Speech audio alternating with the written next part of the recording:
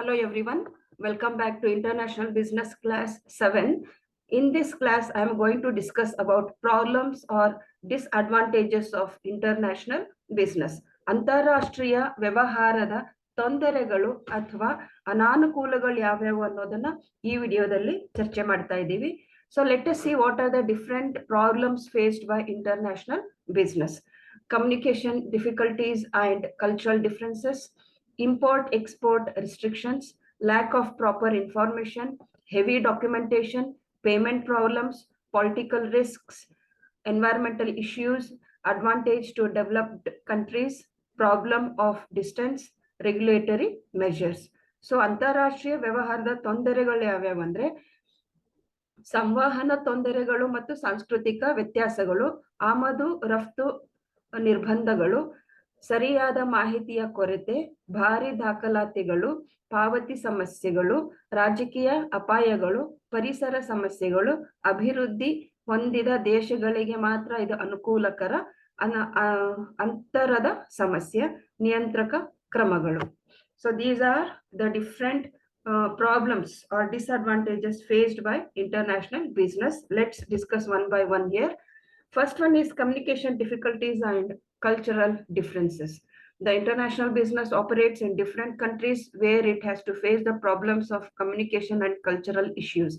The international business will have to follow different etiquette, religious and cultural traditions which is accepted in foreign countries. So as you all know, the international business means which crosses the domestic national borders or which crosses the geographical borders of its country. So when we cross our geographical borders, we have to see what are the language used or what are the cultural tradition, rituals, all those things which is existing in the host country. Host country means in which we are going to do the business. So which country we are going to enter.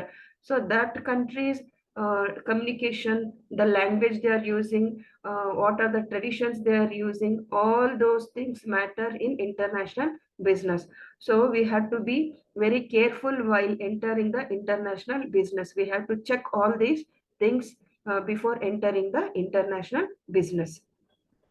ಸಂವಹನ ತೊಂದರೆಗಳು ಮತ್ತು ಸಾಂಸ್ಕೃತಿಕ ವ್ಯತ್ಯಾಸಗಳು. ಅಂತಾರಾಷ್ಟ್ರೀಯ ವ್ಯಾಪಾರವು ಸಂವಹನ ಮತ್ತು ಸಾಂಸ್ಕೃತಿಕ ಸಮಸ್ಯೆಗಳನ್ನು ಎದುರಿಸಬೇಕಾದ ವಿವಿಧ ದೇಶಗಳಲ್ಲಿ ಕಾರ್ಯನಿರ್ವಹಿಸುತ್ತದೆ. ಅಂತಾರಾಷ್ಟ್ರೀಯ ವ್ಯಾಪಾರವು ವಿದೇಶಿ ದೇಶಗಳಲ್ಲಿ ಅಂಗೀಕರಿಸಲ್ಪಟ್ಟ ವ್ಯಾಪಾರ ಶಿಷ್ಟಾಚಾರ, ಧಾರ್ಮಿಕ ಮತ್ತು ಸಾಂಸ್ಕೃತಿಕ ಸಂಪ್ರದಾಯಗಳನ್ನು ಅನುಸರಿಸಬೇಕಾಗುತ್ತದೆ. ಸೊ ನಾವು ಒಂದು ದೇಶ ಬಿಟ್ಟು ಇನ್ನೊಂದು ದೇಶಕ್ಕೆ ಹೋದಾಗ ಬೇರೆ ದೇಶಗಳಲ್ಲಿ ಬೇರೆ ಬೇರೆ ರೀತಿಯಾದ ಒಂದು ಕಮ್ಯುನಿಕೇಶನ್ ಸ್ಕಿಲ್ಸ್ ಇರ್ಬೋದು, ಮಾತಾಡೋದಿರ್ಬೋದು, ಶೇಕ್ ಹ್ಯಾಂಡ್ ಮಾಡೋದಿರ್ಬೋದು, ನಮಸ್ತೆ ಮಾಡೋದಿರ್ಬೋದು. ಸೊ ಅಲ್ಲಿಯ ಒಂದು ಸಂಸ್ಕೃತಿ, ಅಲ್ಲಿಯ ಪದ್ಧತಿಗಳು, ಶಿಷ್ಟಾಚಾರಗಳು ಇರ್ಬೋದು, ಧಾರ್ಮಿಕ ಅಥವಾ ಸಂಪ್ರದಾಯಗಳು ಬೇರೆ ಬೇರೆ ಆಗಿರ್ತವೆ. ಸೊ ನಮ್ಮ ದೇಶದಿಂದ ಇನ್ನೊಂದು ದೇಶಕ್ಕೆ ಹೋದವರು ಅಥವಾ ಇನ್ನೊಂದು ದೇಶದಿಂದ ನಮ್ಮ ದೇಶಕ್ಕೆ ಬಂದಾಗ ನಮ್ಮ ಒಂದು ಸಂಪ್ರದಾಯದ ಬಗ್ಗೆ ಅವರಿಗೆ ಪೂರ್ತಿ ಮಾಹಿತಿ ಇರ್ಬೇಕಾಗುತ್ತೆ, ಪೂರ್ತಿ ಅನುಭವ ಇರ್ಬೇಕಾಗುತ್ತೆ. ಇಲ್ಲ ಆದ್ರೆ ಅಲ್ಲಿ ಅವರು ಸಮಸ್ಯೆಗೆ ಒಳಗಾಗ್ತಾರೆ ಅಂತ ಇಲ್ಲಿ ಹೇಳ್ಬಹುದು. And the next one is import export restrictions. The tariffs, legal costs, tax implications, trading laws, navigating legal requirements is a central function for any successful international business. Many countries impose heavy tariffs or import duties, volume restrictions on both their imports as well as their exports to make their balance of payments favorable. So these imports and exports are very important to any nation. So through these imports or exports, the nation's GDP will increase, and also they have to check whether the balance is negative or positive. The payment should be more, that is whatever we are exporting should be more than whatever we are going to import. So in order to balance this balance of payment favorable, in order to get the favorable balance of payment, this to some extent restrict the imports. Many countries, they don't want to import, they want to export so that they can get money from other country. They get higher receivables, higher profit from the other country. So many countries don't want to import. That is, when they stop importing, naturally the exporting country will have to face the problem. So this is they will put restriction on both the quantity or they impose heavy tariffs and import duties in order to restrict the export. ಆಮದು ರಫ್ತು ನಿರ್ಬಂಧನಗಳು, ಸುಂಕಗಳು, ಕಾನೂನು ವೆಚ್ಚಗಳು, ತೆರಿಗೆ ಪರಿಣಾಮಗಳು, ವ್ಯಾಪಾರ ಕಾನೂನುಗಳು, ಕಾನೂನು ಅವಶ್ಯಕತೆಗಳನ್ನು ಸಂಕಲನೆ ಮಾಡುವುದು ಯಾವುದೇ ಯಶಸ್ವಿ ಅಂತಾರಾಷ್ಟ್ರೀಯ ವ್ಯಾಪಾರಕ್ಕಾಗಿ ಕೇಂದ್ರ ಕಾರ್ಯವಾಗಿದೆ. ಅನೇಕ ದೇಶಗಳು ತಮ್ಮ ಎರಡು ಆಮದುಗಳ ಮೇಲೆ ಪರಿಣಾಮ ನಿರ್ಬಂಧನೆಗಳನ್ನು ಮತ್ತು ತಮ್ಮ ರಫ್ತುಗಳ ಪಾವತಿ ಸಮತೋಲನವನ್ನು ಅನುಕೂಲಕರವಾಗಿರಿಸಲು ಭಾರಿ ಸುಂಕಗಳು ಅಥವಾ ಆಮದು ಸುಂಕಗಳನ್ನು ವಿಧಿಸುತ್ತವೆ. ಸೊ ಆಮದು ಮತ್ತು ರಫ್ತು ಮಾಡುವ ದೇಶಗಳಿಗೆ ಹೊರಗಡೆಯಿಂದ ಒಂದು ದುಡ್ಡು ಬರುತ್ತೆ ಅಥವಾ ಹೊರಗಡೆಯಿಂದ ರಿಸೀವೇಬಲ್ಸ್ ಜಾಸ್ತಿ ಆಗ್ಬೇಕು ಅನ್ನೋ ಒಂದು ನಿರೀಕ್ಷೆಯಲ್ಲಿ ಅವರು ರಫ್ತು ಮಾಡ್ತಾ ಇರ್ತಾರೆ. ಆದ್ರೆ ಆಮದು ಮಾಡುವಂತ ದೇಶಗಳೇನಿರ್ತವೆ ಮತ್ತೆ ಅವ್ರು ಪೇಮೆಂಟ್ ಮಾಡ್ಬೇಕಾಗುತ್ತಲ್ಲ ಅನ್ನೋದಕ್ಕೆ ಕೆಲವೊಂದು ನಿರ್ಬಂಧನೆಗಳನ್ನ ಹಾಕ್ತಾರೆ. ಸೊ ಇಲ್ಲಿ ಒಂದು ರಫ್ತುಗಳ ಪಾವತಿ ಸಮತೋಲನ ಇಡೋದಕ್ಕೆ ಅಂದ್ರೆ ಯಾವಾಗ್ಲೂ receivables and payment should be equal here are the receivables always should be more from other country. So almost ಎಲ್ಲಾ ಕಂಟ್ರಿಗಳು ಎಕ್ಸ್ಪೋರ್ಟ್ ಮಾಡಕ್ಕೆ ಇಚ್ಛೆ ಪಡ್ತೇವೆ ಹೊರತು ಇಂಪೋರ್ಟ್ ಮಾಡ್ಕೊಳಕ್ಕೆ ಒಂದ್ ಸ್ವಲ್ಪ ಹಿಂದೆ ಮುಂದೆ ನೋಡ್ತೀವಿ. ಇಂಪೋರ್ಟ್ ಮಾಡ್ಕೋಬೇಕಾದಾಗ ಮತ್ತೆ ವಿ ಹ್ಯಾವ್ ಟು ಪೇಮೆಂಟ್ ಮಾಡ್ಬೇಕಾಗುತ್ತೆ ಬೇರೆ ಕಂಟ್ರಿಗೆ. ಸೊ ಹೀಗಾಗಿ ಇಲ್ಲಿ ಸಮತೋಲ ಇಲ್ಲದೆ ಇರೋದಕ್ಕೆ ಅನುಕೂಲವಾದ ಸಮತೋಲವನ್ನು ಹೊಂದೋದ್ರ ಸಲುವಾಗಿ ಕೆಲವೊಬ್ರು ಒಂದು ರಫ್ತನ್ನ ನಿರ್ಬಂಧನೆಗಳು ಮಾಡ್ತಾರೆ. ಎದ್ರ ಮುಖಾಂತರ ಅಂದ್ರೆ ಭಾರಿ ಸುಂಕಗಳು ಅಥವಾ ಆಮದು ಸುಂಕಗಳನ್ನು ವಿಧಿಸುವುದರ ಮೂಲಕ ಇಲ್ಲಿ ನಿರ್ಬಂಧನೆಗಳನ್ನು ಹಾಕ್ತಾರೆ ಅಂತ ಹೇಳ್ಬೋದು. And the next point is lack of proper information. The new business firms entering international business will face problems to get adequate information about foreign markets. The information is received from different agencies are either inadequate or does not fulfill their requirements. Thus, they fail to have clarity about the opportunities available to them in international business. So before entering any market, it may be domestic market or it may be international market, we have to get a proper information related to all the factors of business. So we can easily get the domestic or the national information about the customers, the rules, regulations, political policies, economic policies, all those things, these factors matters while doing the business. But it is the people find very difficult when we go for other countries. So other countries information, what is the economic condition there, what is the political risk involved there, what are the rules and regulations, what are the needs and wants of customers, what are the trade and tariffs, all those information will not be gained by the country while entering the international business. So they have to take help of some agents where they don't get adequate or required information at right time. So this is one of the problem faced by international business. ಸರಿಯಾದ ಮಾಹಿತಿಯ ಕೊರತೆ. ಅಂತಾರಾಷ್ಟ್ರೀಯ ವ್ಯಾಪಾರಕ್ಕೆ ಪ್ರವೇಶಿಸುವ ಹೊಸ ವ್ಯಾಪಾರ ಸಂಸ್ಥೆಗಳು ವಿದೇಶಿ ಮಾರುಕಟ್ಟೆಗಳ ಬಗ್ಗೆ ಸಾಕಷ್ಟು ಮಾಹಿತಿಯನ್ನು ಪಡೆಯಲು ಸಮಸ್ಯೆಗಳನ್ನು ಎದುರಿಸಬೇಕಾಗುತ್ತದೆ. ವಿವಿಧ ಏಜೆನ್ಸಿಗಳಿಂದ ಪಡೆದ ಮಾಹಿತಿಯು ಅಸಮರ್ಪಕವಾಗಿರುತ್ತದೆ ಅಥವಾ ಅದರ ಅವಶ್ಯಕತೆಗಳನ್ನು ಪೂರೈಸುವುದಿಲ್ಲ. ಹೀಗಾಗಿ ಅಂತಾರಾಷ್ಟ್ರೀಯ ವ್ಯವಹಾರದಲ್ಲಿ ಅವರಿಗೆ ಲಭ್ಯವಿರುವ ಅವಕಾಶಗಳ ಬಗ್ಗೆ ಸ್ಪಷ್ಟತೆಯನ್ನು ಹೊಂದಲು ಅವರಿಗೆ ವಿಫಲರಾಗುತ್ತಾರೆ. ಸೊ ಒಂದು ದೇಶದಿಂದ ಇನ್ನೊಂದು ದೇಶಕ್ಕೆ ಹೋದಾಗ ನಮ್ಮ ದೇಶದ ಎಲ್ಲ ಮಾಹಿತಿ ನಮಗೆ ಬಹಳಷ್ಟು ಸರಿಯಾದ ಸಮಯಕ್ಕೆ ಒದಗಿಸುವಂತ ಒಂದು ಅನುಕೂಲಗಳಿರುತ್ತೆ. ಯಾಕಂದ್ರೆ ನಮ್ಮ ದೇಶದ ಒಂದು ಆರ್ಥಿಕ ವ್ಯವಸ್ಥೆ ಏನಿದೆ, ಒಂದು ರಾಜಕೀಯ ಒಂದು ಅಪಾಯಗಳೇನಿದಾವೆ, ರೂಲ್ಸ್ ಇರ್ಬೋದು, ರೆಗ್ಯುಲೇಷನ್ಸ್ ಇರ್ಬೋದು, ಗ್ರಾಹಕರ ನೀಡ್ಸ್ ವಾಂಟ್ಸ್ ಬೇಡಿಕೆಗಳೇನದು, ಇವೆಲ್ಲಾನು ನಾವು ಮಾರುಕಟ್ಟೆಯಲ್ಲಿ ಯಾರು ಕಾಂಪಿಟೇಟರ್ಸ್ ಇದ್ದಾರೆ, ಹೂ ಆರ್ ದ ಸಪ್ಲೈಯರ್ಸ್, ಎಲ್ಲದ್ರ ಬಗ್ಗೆ ನಾವು ಮಾಹಿತಿಯನ್ನ ನಾವು ಒಂದು ನಮ್ಮ ದೇಶದ ಬಗ್ಗೆ ನಾವು ತಿಳ್ಕೊಬಹುದು. ಆದ್ರೆ ಅದೇ ನಾವು ಹೊರ ದೇಶಕ್ಕೆ ಹೋಗ್ತಾ ಇದೀವಿ ಅಂದಾಗ ಪರದೇಶದ ಇವೆಲ್ಲ ಮಾಹಿತಿಯನ್ನು ಪಡೆದುಕೊಳ್ಳಕ್ಕೆ ಇದು ತುಂಬಾ ಕಷ್ಟ ಆಗುತ್ತೆ. ಸರಿಯಾದ ಟೈಮಿಗೆ ನಮಗೆ ಆ ಒಂದು ಮಾಹಿತಿ ಒದಗದ ಕಾರಣ ನಾವು ಏಜೆಂಟರ ಒಂದು ಸಹಾಯವನ್ನು ಪಡೆದಾಗೂ ಸಹ ನಮ್ಗೆ ಬೇಕಾದ ಮಾಹಿತಿ, ಪೂರ್ತಿ ಮಾಹಿತಿ ನಮಗೆ ಬೇಕಾದ ಸಮಯಕ್ಕೆ ಅದು ಒದಗಿಸ್ಕೊಡಲ್ಲ. ಹೀಗಾಗಿ ಕೆಲವೊಂದು ಮಾಹಿತಿ ಸ್ಪಷ್ಟತೆ ಇಲ್ಲದೆ ಇರೋ ಕಾರಣದಿಂದ ಇಲ್ಲಿ ವಿಫಲರಾಗಬಹುದು ಅಂತ ಒಂದು ಅಪಾಯ ಇರುತ್ತೆ. Next is heavy documentation. International trade requires to follow many legal formalities and documentation. Entering international business makes the trade procedure very difficult as well as complex. Therefore, the business firms takes help of agents rather than going directly and have to pay commission to them. This reduces the profit margins and increases the cost of transactions. So for any transactions to be done, for any business activities to be done, we have to follow some documentation or some procedures, or we have legal formalities to be fulfilled. So in order to fulfill these legal formalities, we cannot individually go to foreign countries and fulfill these documentation. So in order to fulfill these procedures, we have to take the international business firms takes the help of agencies. But these agencies, what they do, we have to pay a large amount of commission to these people, and we have to depend on these people itself. So it finds very difficult for the international business firms to get the work done on right time. So only we have to pay the commission to these people, and there is a waste of time, and also through this the cost of transaction will increase. Naturally, the profit margins will also increase. So any documentation work will not be done on time. ಭಾರಿ ದಾಖಲಾತಿಗಳು. ಅಂತಾರಾಷ್ಟ್ರೀಯ ವ್ಯಾಪಾರವು ಅನೇಕ ಕಾನೂನು ಔಪಚಾರಿಕತೆಗಳು ಮತ್ತು ದಾಖಲೆಗಳನ್ನು ಅನುಸರಿಸುವ ಅಗತ್ಯವಿದೆ. ಅಂತಾರಾಷ್ಟ್ರೀಯ ವ್ಯಾಪಾರವನ್ನು ಪ್ರವೇಶಿಸುವುದು ವ್ಯಾಪಾರದ ಕಾರ್ಯವಿಧಾನವನ್ನು ತುಂಬಾ ಕಷ್ಟಕರವಾಗಿರುತ್ತದೆ ಮತ್ತು ಸಂಕೀರ್ಣಗೊಳಿಸುತ್ತದೆ. ಆದ್ದರಿಂದ ವ್ಯಾಪಾರ ಸಂಸ್ಥೆಯು ನೇರವಾಗಿ ಹೋಗುವುದಕ್ಕಿಂತ ಹೆಚ್ಚಾಗಿ ಏಜೆಂಟರ ಸಹಾಯವನ್ನು ತೆಗೆದುಕೊಳ್ಳುತ್ತದೆ ಮತ್ತು ಅವರಿಗೆ ಕಮಿಷನ್ ಪಾವತಿಸಬೇಕಾಗುತ್ತದೆ. ಇದು ಲಾಭದ ಪ್ರಮಾಣವನ್ನು ಕಡಿಮೆ ಮಾಡುತ್ತದೆ ಮತ್ತು ವಹಿವಾಟಿನ ವೆಚ್ಚವನ್ನು ಹೆಚ್ಚಿಸುತ್ತದೆ.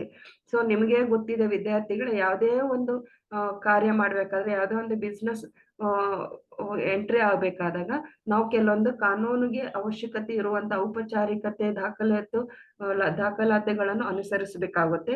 ಸೊ ಒಂದು ಸಣ್ಣ ಸಿಗ್ನೇಚರ್ ಇರ್ಬೋದು, ಒಂದು ಸಣ್ಣ ಫೈಲ್ ಇನ್ನೊಂದು ಡಿಪಾರ್ಟ್ಮೆಂಟ್ ಇಂದ ಇನ್ನೊಂದು ಡಿಪಾರ್ಟ್ಮೆಂಟ್ ಹೋಗ್ಬೇಕಾದಾಗ ನೀವು ಅನುಭವಿಸಿರ್ಬೋದು ಅದು ಎಷ್ಟು ತೊಂದರೆ ಇರುತ್ತೆ ಅಂತ.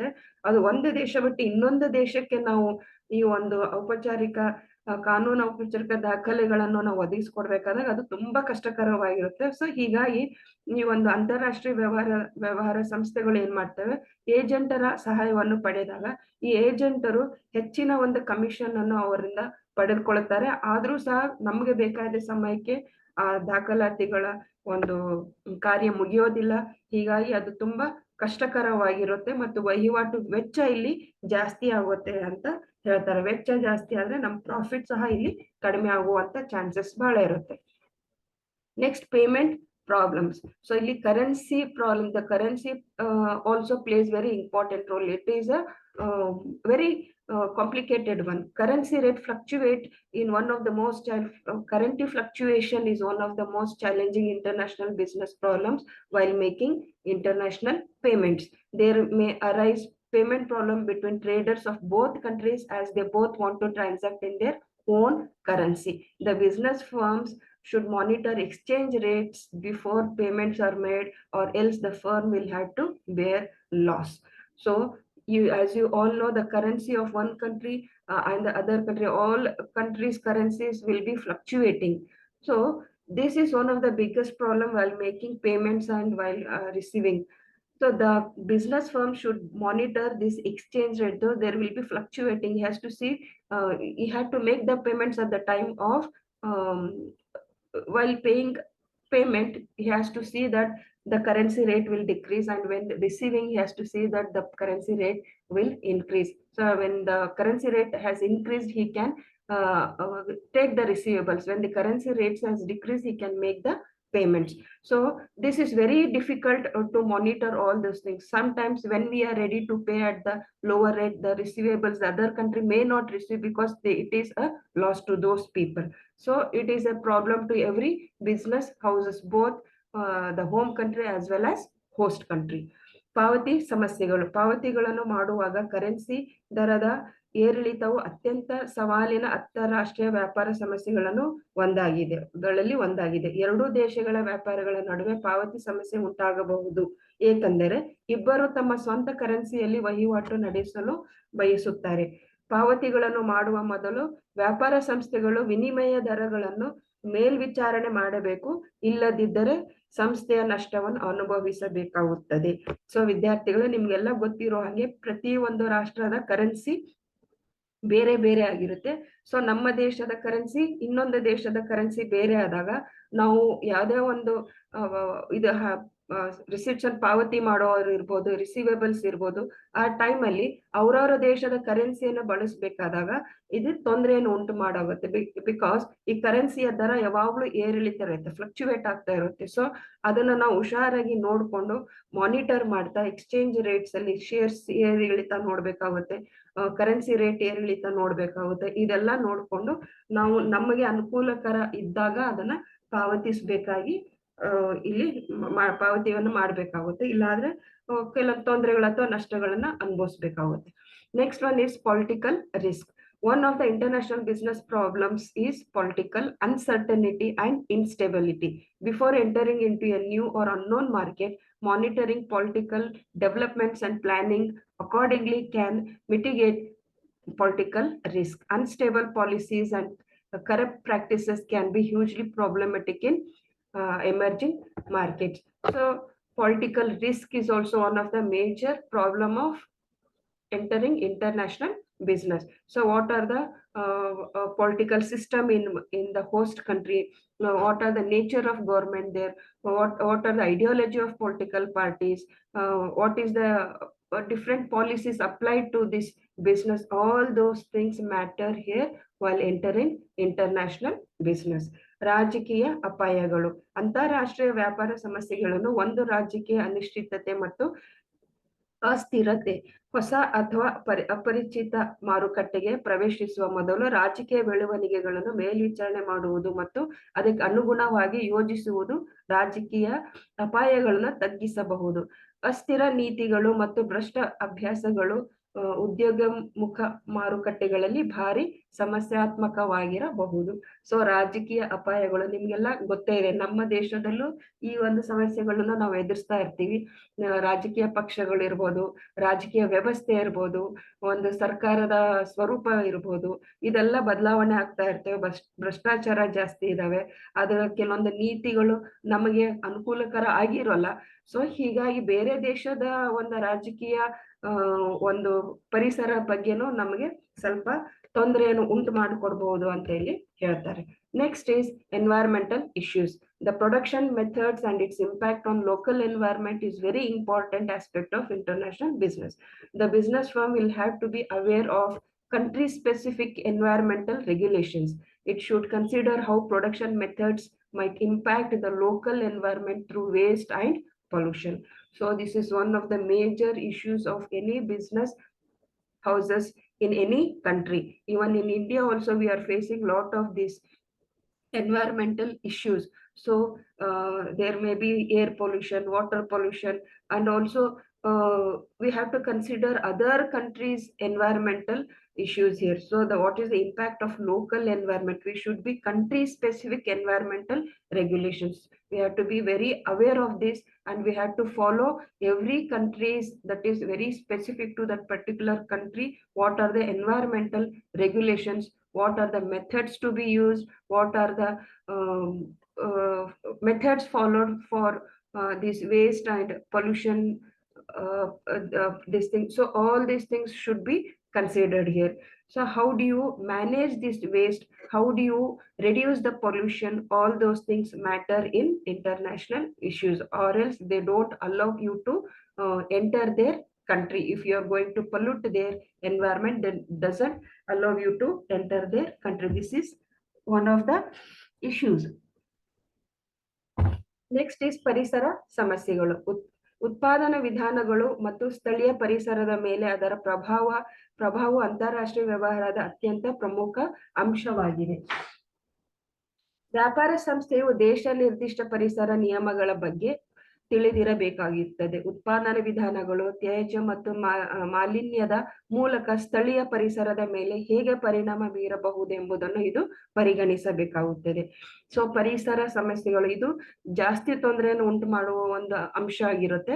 ಒಂದು ದೇಶ ಇನ್ನೊಂದು ದೇಶಕ್ಕೆ ಹೋದಾಗ ಅಲ್ಲಿ ಪರಿಸರವನ್ನು ಸಂರಕ್ಷಣೆ ಮಾಡುವಂತ ಒಂದು ಪ್ರೊಸೀಜರ್ ಇರ್ಬೋದು, ನಿಯಮಗಳಿರ್ಬೋದು, ಮತ್ತು ಅದರದೇ ಒಂದು ದೇಶದ ತನ್ನದೇ ಆದ ನಿರ್ದಿಷ್ಟ ಪರಿಸರ ನಿಯಮಗಳನ್ನು ನಾವು ಅನುಸರಿಸಬೇಕಾಗುತ್ತೆ. ಇಲ್ಲವಾದರೆ ಅಲ್ಲಿ ಪರಿಸರದ ಒಂದು ಮಾಲಿನ್ಯ ನೀವು ಹೆಚ್ಚು ಮಾಡೋದಾದ್ರೆ ಅಥವಾ ಅಲ್ಲಿ ಪರಿಸರದಲ್ಲಿ ತ್ಯಾಜ್ಯಗಳನ್ನ ಹೆಚ್ಚು ಮಾಡೋದಾದ್ರೆ ಅಲ್ಲಿ ಈ ಅಂತಾರಾಷ್ಟ್ರೀಯ ವ್ಯವಹಾರಕ್ಕೆ ಪ್ರೋತ್ಸಾಹ ಕೊಡೋದಿಲ್ಲ, ನಮ್ಮನ್ನಲ್ಲಿ ಒಳಗಡೆ ಬಿಡುವುದಿಲ್ಲ. ಸೊ ಹೀಗಾಗಿ ಯಾವುದೇ ದೇಶದ ನಿರ್ದಿಷ್ಟ ಪರಿಸರ ನಿಯಮಗಳನ್ನು ನಾವು ಅನುಸರಿಸಬೇಕಾಗುತ್ತೆ. ಅಲ್ಲಿ ಒಂದು ಪರಿಸರವನ್ನು ಹಾಳು ಮಾಡದೇ ಇರೋ ರೀತಿಯಲ್ಲಿ ನೀವು ಇದ್ದಾಗಷ್ಟೇ ಅದು ಅನುಕೂಲಕರವಾಗಿರುತ್ತೆ, ಇಲ್ಲಾಂದ್ರೆ ಇದು ಒಂದು ದೊಡ್ಡ ಸಮಸ್ಯೆಯಾಗಿ ಪರಿಗಣಿಸಬೇಕಾಗುತ್ತೆ. Next is advantage to developed countries.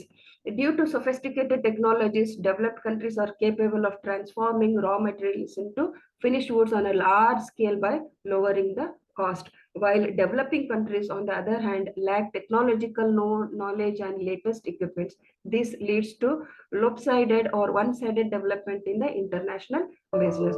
So always these developed countries dominate on developing countries because they are very rich in business. They are financially rich, they are rich in managerial skills, their technology is rich, and they are also rich in managing the things.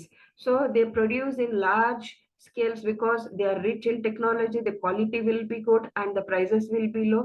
Naturally, everybody wants to take that kind of products because quality is high, the prices are low. So this directly impacts on the developing country where we lack very much in technology. We don't know how to make use of this technology because we don't have we are not rich, financially rich, so we cannot make use of latest equipments or latest technology in order to satisfy the customers. So these people developed countries people come and start dominating the developing country, which is a very big threat to developing countries.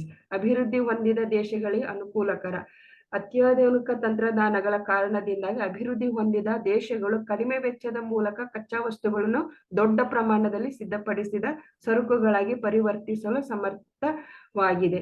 ಮತ್ತೊಂದೆಡೆ ಅಭಿವೃದ್ಧಿಶೀಲ ರಾಷ್ಟ್ರಗಳು ತಾಂತ್ರಿಕ ಜ್ಞಾನ ಮತ್ತು ಇತ್ತೀಚಿನ ಸಲಕರಣೆಗಳ ಕೊರತೆಯನ್ನು ಹೊಂದಿವೆ. ಇದು ಅಂತಾರಾಷ್ಟ್ರೀಯ ವ್ಯಾಪಾರದಲ್ಲಿ ಸಮತೂಕವಿಲ್ಲದ ಅಥವಾ ಏಕಪಕ್ಷೀಯ ಬೆಳವಣಿಗೆಗೆ ಕಾರಣವಾಗುತ್ತದೆ. ಸೊ ಈ ಅಭಿವೃದ್ಧಿ ಹೊಂದಿದ ದೇಶ ಹಣಕಾಸಿನ ಒಂದು ಕೊರತೆ ಇರೋದಿಲ್ಲ, ಅವರು ತಂತ್ರಜ್ಞಾನದಲ್ಲಿ ಅಭಿವೃದ್ಧಿಯನ್ನು ಹೊಂದಿರುವಂತ ದೇಶಗಳಾಗಿರ್ತವೆ. ಅವರು ಒಳ್ಳೆ ಗುಣಮಟ್ಟದ ಸರಕುಗಳನ್ನು ಕಡಿಮೆ ಬೆಲೆಗೆ ಇಡೀ ದೇಶದಲ್ಲಿ ಮಾರಾಟ ಮಾಡಿದಾಗ ಅಭಿವೃದ್ಧಿ ಹೊಂದಿತಾ ಇರುವಂತ ದೇಶಗಳಿಗೆ ಅದು ಒಂದು ಬಹಳ ದೊಡ್ಡ ಸವಾಲಾಗಿ ಎದುರು ಮೂಡುತ್ತೆ. ಯಾಕಂದ್ರೆ ನಾವು ಏನು ಡೆವಲಪಿಂಗ್ ಕಂಟ್ರೀಸ್ ಅಭಿವೃದ್ಧಿ ಹೊಂದಿತಾ ಇರುವಂತ ರಾಷ್ಟ್ರಗಳೇನಿದಾವೆ ಅವರು ಹಣಕಾಸಿನ ಕೊರತೆ ಇರುತ್ತೆ, ಅವ್ರಿಗೆ ತಂತ್ರಜ್ಞಾನದ ಬಗ್ಗೆ ಗೊತ್ತಿರೋದಿಲ್ಲ, ಅವ್ರಿಗೆ ಕೆಲವೊಂದು ಕೌಶಲ್ಯಗಳು ಗೊತ್ತಿರೋದಿಲ್ಲ.